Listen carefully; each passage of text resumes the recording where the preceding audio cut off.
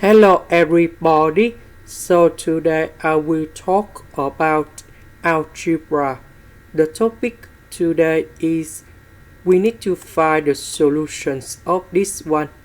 So now I will show you how to answer. First, I will put capital A equals to this one. Next, we put the power 2 for the both sides.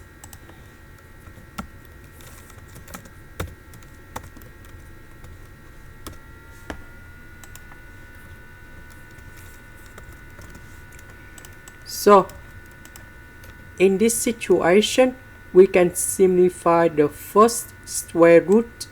So we have number 2 plus this one. And we know that this one they still repeat again. And we need to put the conditions in here. That's about a is greater than number 0 because the value inside the square root they always provide a positive number outside for a. That's why we have the conditions in here. Next, this one they repeat same with capital A. So I will put capital A in here. Next, I will put this one go to the left.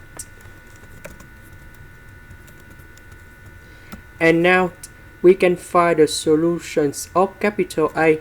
So in this one we have 8 equals to positive number 2, A equals to negative number 1 because we have the conditions in here.